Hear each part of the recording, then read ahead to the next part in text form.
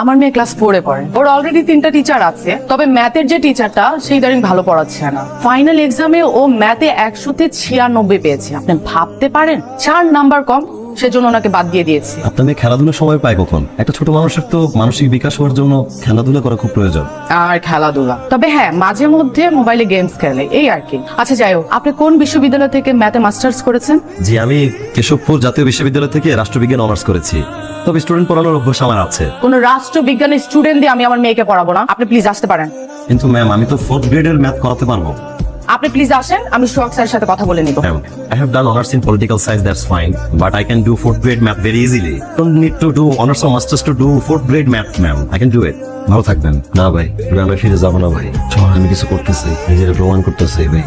কি কব, আমার এই যে আমাকে এলাকাতে থাকতো, হ্যাঁ, যার বেড়ে তুই ঘুমালি, এই সালের চাকরি নাই। এই চাকরিটা তোর পুরোপুরি সিকিউরিটি গার্ডের চাকরি না। আমার কথা হলো, সিকিউরিটি গার্ডের চাকরি করে কি তুই পড়াশোনা করে পারবি? ভাই, সিকিউরিটি গার্ড হতে আমি রাজি আছি। এই চাকরিটা আমার খুব দরকার। সালাম আলাইকুম। ওয়ালাইকুম আসসালাম। আপনাকে পরশু আমার কলেজের সামনে দেখেছিলাম না? আপনি পড়াশোনা করেন নাকি? জি ম্যাডাম। কোন সাবজেক্ট? ম্যাডাম, আমি ওই বাংলা কলেজের রাষ্ট্রবিজ্ঞানে মাস্টার্স। ও আচ্ছা, আপনাকে যেখানে দেখেছিলাম আমিও ওই কলেজের শিক্ষার্থী, বাংলা দ্বিতীয় বর্ষের ছাত্র। আপনার নাম কি? ম্যাডাম, আমার নাম শফিক কিবরিয়া। ঠিক আছে, থাকেন তাহলে। সালাম আলাইকুম বাবা। শরীর কেমন তোমার? আছি রে বাবা, কোন রকম আছি। ওই শোন, ওই বজদুর কাছে তোর লাগে কিছু টাকা পাঠিয়ে দিছে। তুই নাকি বিসিএস কোচিং এ ভর্তি হবি। ওই টাকা কোথায় পেলে বাবা? তোরা তো জানোস না, ওই দক্ষিণখানে আমার একটা ছোট্ট জমি আছে, অল্প একটু, তো সেটাই বেচে দিলাম। তুমি আমার জন্য জমি বিক্রি করে দিছো বাবা? টাকার লেগে তুই একদম টেনশন করবি না, যখন যা লাগে আমারে কবি। আমি বাইসে আছি, মনোযোগ দিয়ে পড়িস বাবা, বিশেষ তোর ওইতে। মা কেমন আছে? বোন কেমন আছে? তোর মারে তো দেখেই গেছে অবস্থা, শরীরটা ভালো না। আর তোর বোন ভালোই আছে। আপনাকে না বলেছি আমাকে ম্যাডাম বলবেন না, আমাকে তিথি বলে ডাকবেন। জি তিথি ম্যাডাম, কি বলবেন বলেন। তিথি ম্যাডাম না, তিথি। তিথি, কি বলবেন বলেন। আমার ছোট বোনটা ক্লাস 9-এ পড়ে, ওর জন্য টিচার খুঁজছিলাম। আপনি কি ওকে পড়াতে পারবেন? অবশ্যই পারবো, আমি তো টিউশনই করছিলাম। যাক, তাহলে তো ভালোই হলো। আজকে থেকে শুরু করে দেন। আপনি কোনো চিন্তা করবেন না, আপনি আমার উপর ভরসা রাখতে পারেন। আপনার উপর ভরসা করলাম, কিন্তু আমাকে তিথি বলে বলতে হবে আর তুমি করে বলতে হবে। জি, আমি চেষ্টা করবো। ঠিক আছে। তাওরিনের জন্য একজন টিচার ঠিক করেছে, শুনেছি উনি খুব ভালো পড়ায়। টিচার রাগ করলে আমি কিন্তু পড়বো না, রাগ করলে আমার ভালো লাগে না। টিচার রাগ করবে না, টিচার তোমাকে খুব সম্মানের সহিত পড়াবে, ঠিক আছে? খুব আদর করে পড়াবে। হয়েছে? বাবা, আমাদের বাসার দারোয়ান আছে না, শফিক কিবরিয়া, উনি আমাদের ক্যাম্পাসের বড় ভাই, মাস্টার্সে পড়ে। আর ওনার রেজাল্ট নাকি খুব ভালো, আর উনি খুব ভালো পড়ায়। কিন্তু মা, লোকে কি বলবে? বাসার দারুণ হবে আমাদের টিচার। বাবা, দারোয়ান বলে কি হয়েছে, মানুষ তো।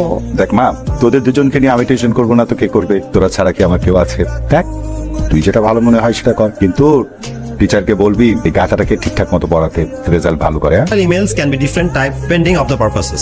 However, the most common features of informal emails are: number 1, you should write the email address carefully. Number 2, just write the subject of your email. Number 3, your language should not be formal, it should be casual. আচ্ছা sir, একটা কথা শুনবেন। বলো।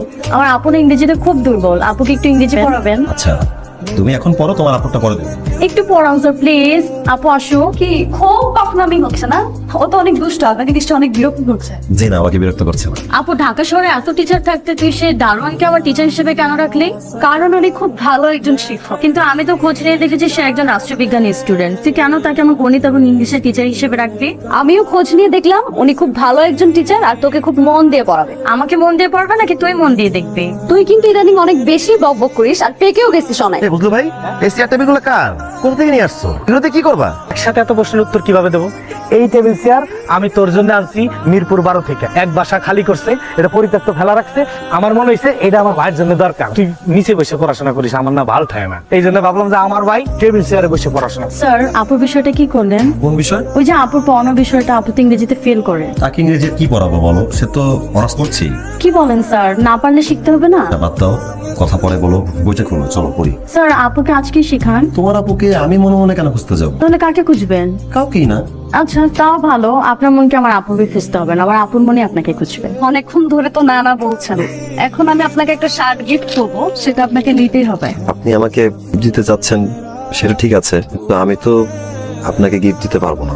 আমার তো কোনো গিফটের প্রয়োজনই নেই। আপনি ভাইভাতে চান্স পেলে আমার সব থেকে ভালো গিফটটা পাওয়া হয়ে যাবে। যে কথাটা বলার জন্য 1.5 বছর যাবত অপেক্ষা করেছি, সেটা পরেই বলি।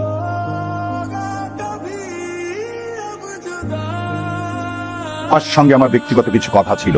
জি বলেন স্যার। ব্যক্তিগত মানে বুঝো তো? স্যার স্যার আমার কোনো ভুল টুল হয়েছে নাকি স্যার? ভুল তুমি করো, ভুল করেছে তোমার এলাকার ছোট ভাই কিপ্রিয়া। শুধুমাত্র আমার মেয়ের মান সম্মানের দিকে তাকিয়ে আর আমার মান সম্মানের দিকে তাকিয়ে আমি এই মুহূর্তে ওকে কিছু বলছি না। আমি চাইলেই আজকে এই বাড়িওয়ালাকে বলে ওর চাকরিটা আমি নট করে দিতে পারি। স্যার ওদের ক্ষতি টতি না হয় স্যার, একটু দেখেন স্যার। শুধুমাত্র তোমার দিকে তাকিয়ে আমি কিছু বলছি না, কিন্তু তুমি বিষয়টা যদি হ্যান্ডেল না করতে পারো আমাকে অবশ্যই হ্যান্ডেল করতে হবে। না অবশ্যই স্যার, আমি নিজে এটা ব্যবস্থা নিতেছি, আপনি কোনো চিন্তা করেন না। একটা কথা জানিয়ে দিবে ওকে, জানো আমার বাড়ির আশেপাশে কিংবা এলাকার সীমানায় নজর না দেখি। দারুণের টিচারকে বলে দিস তাকে আর পড়াতে আসতে হবে না। কেন, কি হয়েছে? এই প্রশ্নের উত্তর তো আমি তোকে দেবো না, আমি যেটা বললাম তুই সেটা করবি। আসুন, এ মাসের 15 তারিখ আমার বন্ধু ছেলে সুমন বিদেশ থেকে বাংলাদেশে আসবে। 18 তারিখ তোদের বিয়ে। আসুন, তোদের দুই বোনকে আমি কিন্তু অনেক আদর যত্ন করে মানুষ করেছি, লেখাপড়া শিখিয়েছি। ছোটবেলায় তোদের মা মারা গেছে, আমি তোদের বাবা, আমি তোদের মা। আমার কথা অবাধ্য হলে তুই তোর বাবাকে হারাবি। আজকে তো তোর চাকরিও নাই, টিউশনই নাই, এই বাসাও থাকতে পারবি না, শেষ। কিন্তু বুঝলো ভাই আমার অপরাধটা কি? তুই একটা দারোয়ান, তোর বাপ এখনো মানুষের জমি নিয়ে বর্গা চাষ করে, আর এই বিল্ডিং এর ফ্ল্যাটের মালিকের মেয়ের সাথে যাও তুমি শপিং করবেন না। বিসিএস এ টিকছিস, 14 গ্রামের এরকম একজন আছে নাই? এই জায়গা তুই বিসিএস এ টিকছিস, তোর বাপের কথা ভাবছিস, তোর মার কথা ভাবছিস, একটা বারের জন্য কি গ্রামবাসীর কথা ভাবছিস? এখন যদি তোর কোনো ক্ষতি হয় এটা দায়বার কার? বাইরে তোর যে লক্ষ্য, এই লক্ষ্যটা কোনো জায়গায় শরীরটা শোনা দেখ, তোর দিকে কিন্তু মেলা মানুষ, আমাদের পুরো গ্রামের লোক টাকা রয়েছে তোর দিক।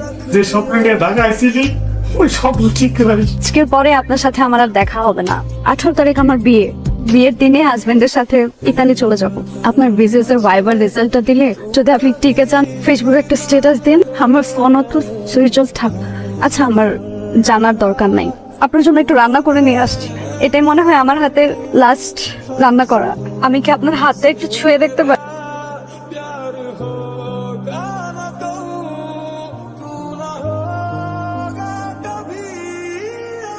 স্যার আপনি এখানে আমাদের বাসার সামনে? না, আমি এদিক দিয়ে যাচ্ছিলাম। স্যার আমি জানি আপনি আপুর কাছে আসছেন। আমি তোমার আপুর কাছে আসিনি। স্যার আমি জানি আপনি আপুকে দেখতে আসছেন, আজকে আপুর বিয়ে। আমি তোমার আপুকে দেখতে আসি নাই, আমি আমার ভাগ্যকে দেখতে আসছি। তুমি চলে যাও, আর তোমার আপুকে বলো না যে আমি এখানে আসছি। ভাই জি বলেন ভাই, আজকে তো এপিসিএস এর রেজাল্ট দিছিল, একটা নাম্বার কি মিলায় দেখবেন? হ্যাঁ হ্যাঁ অবশ্যই বলেন, রোল নাম্বারটা বলেন। ভাই এই রোল তো পরীক্ষায় উত্তীর্ণ হয়েছে ভাই, এই রোল নাম্বার কার?